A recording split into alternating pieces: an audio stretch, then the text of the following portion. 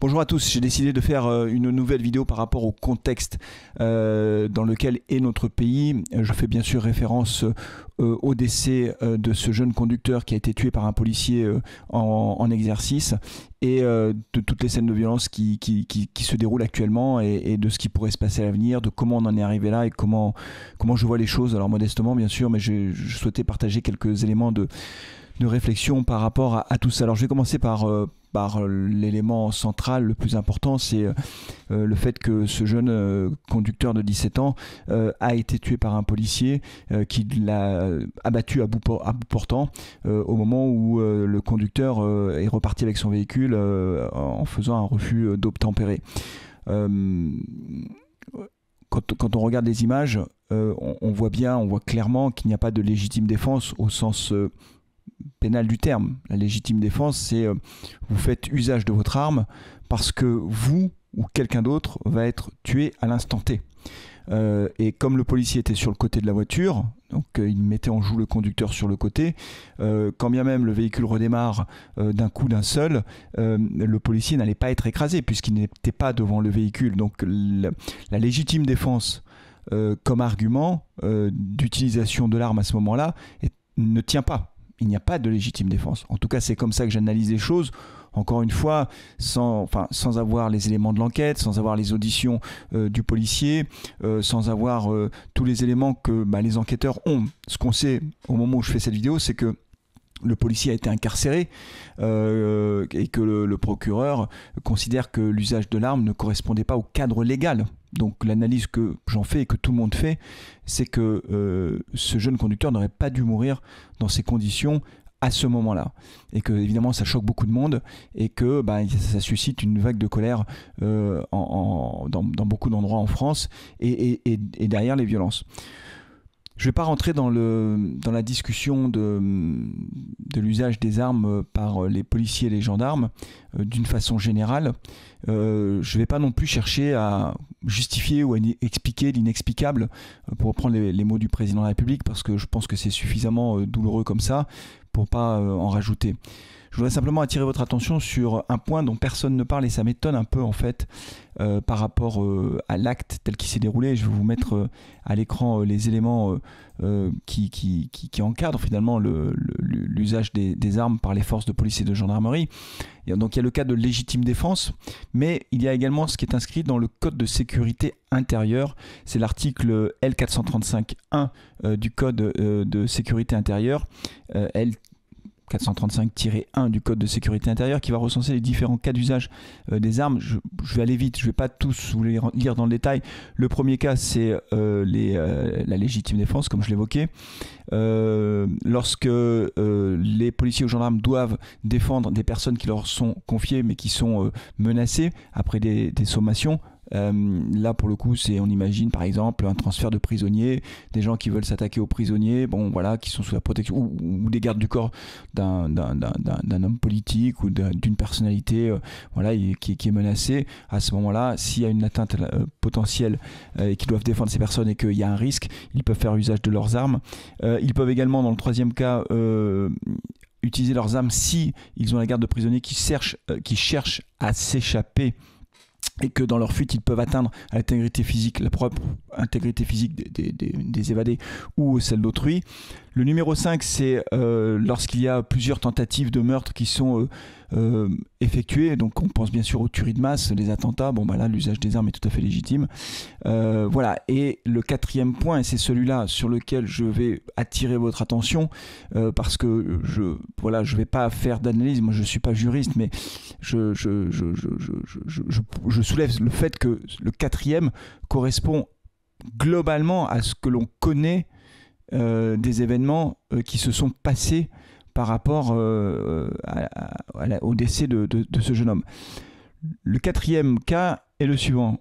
Donc les forces de police et de gendarmerie peuvent utiliser leurs armes lorsqu'ils ne peuvent immobiliser, autrement que par l'usage des armes, des véhicules, embarcations ou autres moyens de transport dont les conducteurs n'obtempèrent pas à l'ordre d'arrêt et dont les occupants sont susceptibles de perpétrer dans leur fuite des atteintes à leur vie ou à leur intégrité physique ou à celle d'autrui.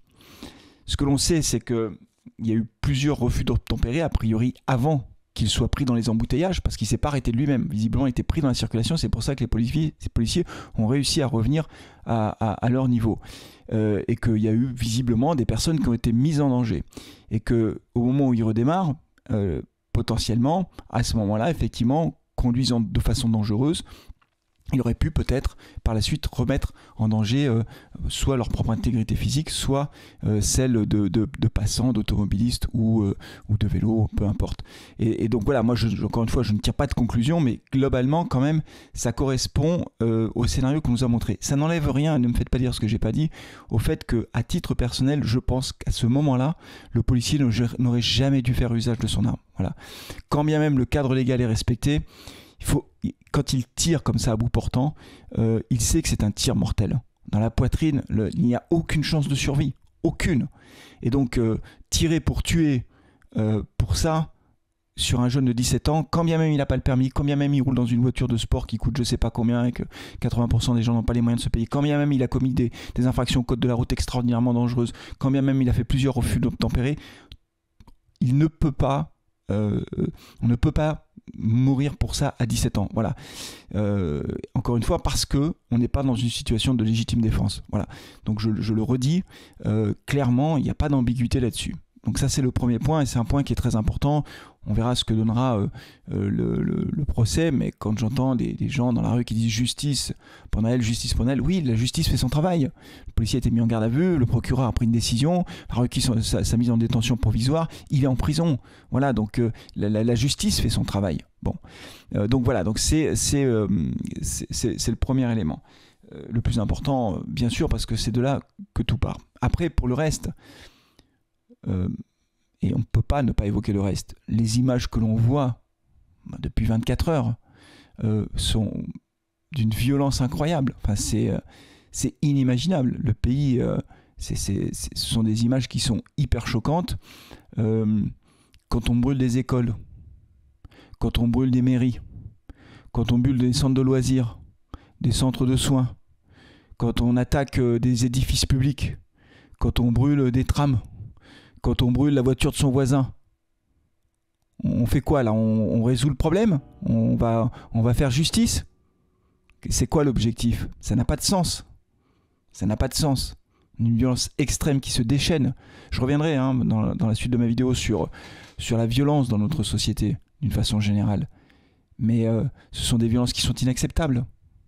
Inacceptables. Tout le monde devrait condamner ces actes. Tout le monde. Je pense que les responsables politiques, d'une façon générale, les artistes, les sportifs de haut niveau, leur responsabilité, parce qu'ils ont de l'audience, parce qu'ils ont de l'influence, c'est bien sûr d'apporter leur soutien à la famille, dire leur indignation, il n'y a pas de problème. Mais qu'ils appellent aussi au calme. Bon, ils ne le font pas. Personne n'appelle au calme. En tout cas chez les artistes. Alors j'ai pas regardé tous les tweets de tous les artistes, mais franchement, qui appelle au calme aujourd'hui? Personne. Moi j'ai pas l'impression qu'il y ait beaucoup de gens qui appellent au calme. Du côté des artistes et des sportifs. Les politiques. Moi je suis atterré quand je vois que bon nombre de parlementaires ne sont pas capables d'appeler au calme. La responsabilité d'un élu de la nation, c'est de faire en sorte d'apaiser les choses. Voilà. Marine Le Pen, elle tire les marrons du feu. Donc pour elle, c'est à chaque fois des voix supplémentaires en vue de 2027. Donc tout ça, évidemment, si je puis dire, fait ses affaires électorales. C'est pas elle qui est responsable de ce qui se passe. Mais en tout cas, elle, d'un point de vue politique, je pense qu'elle en bénéficie d'une façon ou d'une autre. Le désordre, les images qui choquent les gens. Faut pas croire que ça choque pas les gens. Hein. Les gens sont très choqués de ce qu'ils voient. Hein. On brûle une école, mais qui ne peut pas être choqué par ça? Tout le monde est choqué par ça. Donc en fait, c'est elle qui en profite. Donc elle dit rien, elle attend, elle fait des appels à plus de fermeté, et puis c'est tout. Évidemment, le ministre de l'Intérieur est dans son rôle, il fait des appels au calme, il essaie de gérer comme il peut, il met beaucoup de forces de l'ordre sur le terrain. 150 gendarmes et policiers blessés quand même l'autre nuit. Ça, tout le monde s'en fout. Ça, c'est pas un problème. Alors là, c'est aucun problème. Moi, je leur apporte mon soutien à tous ces policiers et gendarmes blessés. Et puis, alors, là où je veux en venir, ce qui est absolument inacceptable, c'est l'attitude de l'extrême gauche et de la France insoumise. Moi, je sais plus, un gars qui sur BFM TV, je crois, a dit clairement non, je n'appelle pas au calme. J'en ai dit, mais est-ce que vous appelez au calme? Non, j'appelle pas au calme, j'appelle à la justice.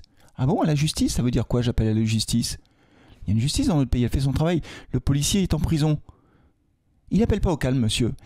Et ça, en fait, moi ça me choque, mais en fait, ça me choque sans me surprendre, en fait. Puisque, du côté de la France insoumise, dès qu'il y a des situations insurrectionnelles, il y a toujours le secret espoir de voir le système basculer, de voir le grand soir arriver, de voir le renversement de l'ordre établi. Je fais exprès de prendre leur vocabulaire, hein, parce que voilà, je connais un peu l'histoire de l'extrême gauche. Donc voilà, l'ordre établi, renverser la bourgeoisie, cette société capitaliste dont plus personne ne veut. Et donc en fait, à chaque fois, ils sont à l'affût. C'était vrai pour les Gilets jaunes, il suffit de regarder et de réécouter ce que disait Jean-Luc Mélenchon pendant les Gilets jaunes. On ne sait jamais ce qui peut se passer, l'histoire est imprévisible, il faut être à l'affût. Là, les banlieues s'embrasent.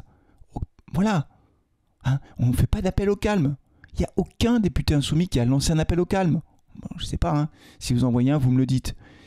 Et donc, en fait, ce que je condamne dans cette affaire, au-delà de l'acte lui-même, hein, encore une fois, j'ai commencé par ça, hein, le tir du policier est inacceptable, inexcusable. Tir à bout portant, c'était un tir mortel dans 100% des cas. Et ça ne justifiait pas la situation, ne justifiait pas ce tir. Et après, le comportement de beaucoup d'élus politiques est inacceptable. Inacceptable. Voilà. Je pense que quand on a le sens des responsabilités, quand on prétend être un homme d'État, ce que n'est absolument pas Jean-Luc Mélenchon, il faut le dire clairement, on appelle au calme. On appelle au calme. Voilà. Et eux, ils ne le font pas. Parce que de toute façon, vous pouvez brûler toutes les écoles de France, vous pouvez brûler toutes les mairies de France, tous les bus de France, ça ne fera pas revenir le jeune homme. Hein. Ça ne le fera pas revenir. Et c'est pas pour ça que la justice prendra telle ou telle décision. Donc là, on est dans une logique de surenchère à l'extrême gauche, de jeter de l'huile sur le feu, pour le dire clairement, qui est proprement irresponsable. Voilà, moi je condamne fermement l'attitude de l'extrême gauche. Et donc du coup, j'élargis un peu la réflexion. Encore une fois, c'est pas une surprise quand vous voyez des putains insoumis qui posent fièrement avec un ballon de foot sur lequel il y a la tête d'un ministre. Sous-entendu, il est décapité et je m'amuse avec sa tête, qui dit non, mais c'est une blague. C'est une blague. C'est une blague. Quand on est un responsable politique au plan national, on fait comme si on avait décapité un ministre et c'est une blague. Elle est marrante la blague, dis donc. C'est génial. Quand on fait semblant de décapiter le président de la République. Je ne suis pas dans la majorité présidentielle, hein, donc ne me tombez pas dessus en disant « Ah, voilà encore un macroniste !» C'est comme dit sur Twitter. Ah, macroniste. Non, moi je ne suis pas à la République en marche. J'essaie simplement d'avoir une vision objective des choses. Et des élus qui, de façon insidieuse, légitiment la violence, laissent entendre que finalement il y a une violence légitime contre l'état de droit. En fait, ils jettent de l'huile sur le feu. C'est tout. C'est tout. Mais parce qu'ils attendent cela. Parce qu'au fond, une partie de l'extrême gauche, on ne va pas rentrer dans les courants d'extrême gauche, mais en tout cas, sur la gauche radicale anticapitaliste, on pourrait parler du NPA par exemple, mais pas seulement, hein, voilà, des trotskistes d'une façon générale, enfin, dans certaines mouvances d'extrême gauche, mais une grande partie de la mouvance d'extrême gauche, il y a l'intime conviction que de toute façon le système ne peut pas être renversé par les élections. Pour le dire simplement, ils sont convaincus que le système est fait de telle sorte qu'il contrôle les médias, il contrôle l'opinion, en gros il contrôle l'esprit des gens, que les citoyens sont manipulés, et que quand bien même il y a une avant-garde éclairée qui se présente aux élections, le système est trop puissant à l'état actuel pour être renversé par les urnes. Alors il se présente. Un gars comme Besancenot l'a souvent dit, d'ailleurs, alors il ne le dit pas dans les médias grand public, mais quand on essaie de s'intéresser un peu au sujet, on le sait, il dit qu'il ne se présente pas aux élections pour être élu, parce qu'il n'y croit pas une seconde. Il se présente aux élections pour occuper la tribune médiatique, pour essayer de faire évoluer les esprits. Et que dans cette extrême gauche, pense que le basculement ne peut se faire que de façon violente. Voilà, un jour, ils ne savent pas quand, mais c'est ce qu'ils attendent. Et donc quand il y a des événements comme ça, ils se disent tiens, c'est peut-être là que ça peut basculer, il peut se passer des trucs. Voilà, et c'est pour ça qu'il n'y a pas d'appel au calme. Et qu'au contraire, quand on peut jeter de l'huile sur le feu, on le fait. D'ailleurs, Jean-Luc Mélenchon qui essaye de ne pas, commettre la faute irréparable, quelquefois c'est des gesticulations verbales qui sont assez marrantes d'ailleurs, parce qu'on voit bien qu'il est, il est toujours voyez, sur la ligne de crête. Mais il a déjà dit, faut tout conflictualiser. C'est clair et net.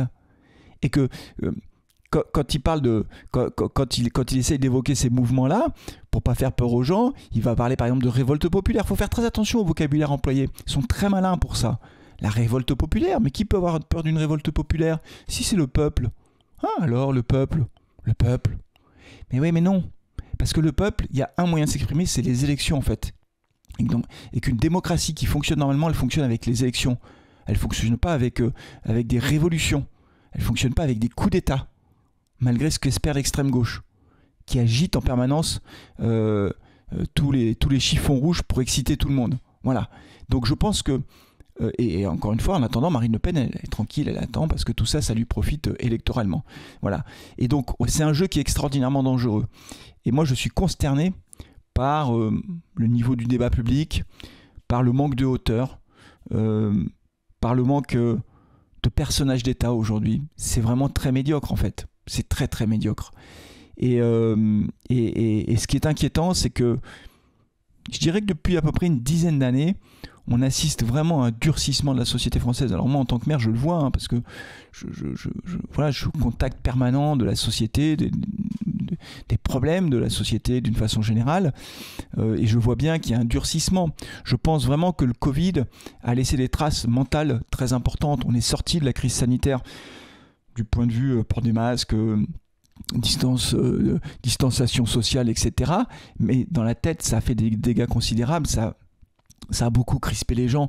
Je crois qu'il y a beaucoup de gens qui sont hyper tendus. Voilà, j'ai l'impression qu'on a une société qui est très crispée. Il n'y a pas que ça, attention, je ne mets pas tout sur le dos du Covid. Je pense que la violence des réseaux sociaux, elle contribue à alimenter cette haine, en fait, on a une société qui est complètement clivée, en fait. Regardez aujourd'hui sur les réseaux sociaux, entre ceux qui hurlent sur les forces de l'ordre et puis les autres qui hurlent sur tous ceux qui cassent. En fait, on a l'impression d'une France qui est prête à s'affronter. C'est effrayant de le dire comme ça, mais on a l'impression qu'il y a deux France qui sont prêtes à s'affronter, en fait. C'est terrible. Et puis, et je pense que la responsabilité de la classe politique est immense, parce qu'on est toujours dans l'affrontement permanent, toujours dans les caricatures, toujours dans mettre toujours le point sur ce qui ne va pas, en rajouter, être dans l'excès permanent, dans les joutes verbales horribles. Bien sûr que les joutes verbales ont toujours existé à l'Assemblée nationale, ils ne se faisaient pas de cadeaux, mais je pense qu'on avait une autre vision de la chose politique, de l'engagement public. Aujourd'hui, c'est des insultes, on fait semblant de décapiter les gens, on s'insulte à l'Assemblée nationale, mais c'est minable en fait, c'est minable. Après on se dit, oh les gens vont pas voter. Bah bien sûr, quand tu vois ce spectacle-là, qui a envie d'aller voter? Qui a envie d'aller voter quand on voit ça? Voilà, donc ce sont les élus d'une façon générale qui sont responsables de ça, pas tous, hein. Globalement, les élus locaux restent à peu près à l'écart de ça, parce que voilà, souvent ils sont dans des gouvernances partagées au niveau local, dans les intercos, dans des syndicats intercommunaux, et donc des élus de droite travaillent avec des élus de gauche, et donc ça force au compromis, ça force à travailler ensemble, et donc forcément chacun fait un pas vers l'autre, chacun fait des concessions sur tel ou tel sujet, et donc je pense qu'au niveau local on est à peu près préservé de ça. En tout cas des postures politiciennes ridicules et de la violence les uns vis-à-vis des autres. Mais au niveau national, c'est une catastrophe. C'est une catastrophe. Après, les élus locaux ne sont pas épargnés par la violence de la société, hein. Des élus locaux, des maires qui sont menacés, agressés, insultés, il y en a énormément. Les violences vis-à-vis des maires ont beaucoup augmenté, mais comme les violences vis-à-vis des infirmiers, des infirmières, du personnel médical, comme les violences vis-à-vis des pompiers, vis-à-vis des médecins, on a une explosion de la violence. Quand on repense à ce qu'on a vécu pendant les Gilets jaunes, c'était quand même incroyable. C'est quasiment, quand on repense aux images de l'Arc de Triomphe, c'était terrible, incroyable, le pays qui est sur le point de basculer, un pays comme la France, tout va pas bien en France, hein. Enfin, quand on compare la France, la situation de la France, la façon dont on vit en France par rapport au reste du monde, je pense qu'on fait partie, d'une façon générale, des 10% les gens les mieux lotis sur Terre. La santé gratuite, franchement, il n'y en a pas beaucoup dans le monde. Hein. La santé où tu es malade, tu vas à l'hôpital, on va te soigner. Voilà, sans te demander ta carte bleue avant de commencer. Un pays où quand tu allumes la lumière, il y a l'électricité tout le temps, il y a beaucoup de pays où c'est pas possible. L'eau potable, il y a beaucoup de pays qui n'ont pas accès à l'eau potable. Il y a 1 milliard d'êtres humains qui n'ont pas accès à l'eau potable. Donc je ne suis pas en train de dire que tout va bien en France, qu'il n'y a pas de misère, qu'il n'y a pas de gens qui sont en grande difficulté, mais on a un système qui essaie de prendre en charge ces personnes. Et que vivre en France, je pense que globalement, par rapport à ce qu'on a sur Terre, c'est plutôt une chance. Et pour autant, on a un pays qui est fracturé, qui est prêt à s'embraser, qui s'embrase, avec des gens qui s'insultent, qui se menacent, qui s'invectivent. Je ne sais pas comment on sort de ça. Je pense qu'il faut essayer d'apaiser un peu les choses, qu'il faut arrêter d'être tout le temps dans le clivage quand on est aux responsabilités politiques. Je pense qu'il faut essayer de rassembler et je pense que les oppositions qui forcément doivent jouer leur rôle d'opposition, être contre tel ou tel projet de loi, elles ont pour autant, même en étant en opposition avec une politique gouvernementale, une responsabilité, c'est de ne pas, comment dire, alimenter l'idée qu'on est dans un pays, dans une dictature, comme j'ai pu l'entendre pendant le débat des retraites, c'est une dictature. Non, c'est pas une dictature. Un élu n'a pas le droit de dire ça, d'accord? Parce que dans une dictature, il n'y a pas d'élu. Voilà. Donc je pense qu'il faut, à un moment donné, savoir raison garder. Enfin, pour finir cette vidéo, parce que, encore une fois, je ne peux pas vous cacher mon inquiétude par rapport aux événements qui se déroulent en ce moment. Je suis aussi frappé par l'indignation sélective encore une fois de certains élus, en particulier des élus d'extrême gauche. En juillet 2020, on a une jeune gendarme de 25 ans, Mélanie Lemay, qui a été fauchée lors d'un contrôle et d'un refus d'obtempérer par un chauffard qui l'a violemment percutée. Elle a succombé à ses blessures. J'ai pas le souvenir que le décès de cette femme gendarme de 25 ans qui avait toute la vie devant elle, elle aussi, ait suscité une vague d'émotions considérable en fait. C'est-à-dire que on a l'impression dans ce pays que les dizaines de gendarmes et policiers qui meurent dans l'exercice de leurs fonctions, au fond c'est normal, ça fait partie du métier. Les milliers et milliers de forces de l'ordre qui sont blessés, bon, c'est pas grave. Et que donc en fait, quand lors d'un contrôle routier et avec un refus d'obtempérer, il y a un policier ou un gendarme qui meurt, bah là c'est bon, ça fait l'actu, on en parle et puis on passe à autre chose. Et moi ça me gêne beaucoup en fait. Ça me gêne beaucoup parce que les policiers et gendarmes font un métier qui est extraordinairement difficile aujourd'hui. Ils sont confrontés à des situations très dangereuses. Ils doivent réagir en un quart de milliseconde, savoir ce qu'ils doivent faire à l'instant T. Est-ce qu'ils doivent faire usage de leur arme ou pas? Dans quel cadre ça s'inscrit? Face aujourd'hui à des délinquants qui d'une façon générale sont de plus en plus violents malgré tout. Et donc ils font un métier où ils sont sous tension permanente. Et voilà. Et donc quand il y a un policier ou un gendarme qui meurt, ben, on n'a pas cette vague d'indignation nationale. Encore une fois, je ne cherche pas à minimiser ce qui s'est passé, loin de là. Et j'ai été très clair dès le début de cette vidéo sur le fait que l'usage de l'arme à cet instant est complètement inacceptable et à aucun moment ce jeune ne doit mourir parce qu'il redémarre et qu'il refuse d'obtempérer à 2 policiers et que ce tir à bout portant est un tir mortel par définition. C'est inacceptable et ça soulève une vague d'indignation que je comprends. Pour autant, dans le même temps, je remarque que les vagues d'indignation sont très sélectives chez certains. Voilà.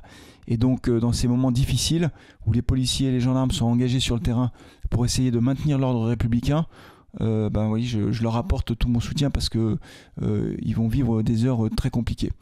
Donc voilà, c'est un moment difficile. Et j'espère qu'on va réussir à apaiser un petit peu le pays au cours des prochaines années, mais c'est pas gagné les amis. Merci beaucoup d'avoir suivi cette vidéo, à très bientôt.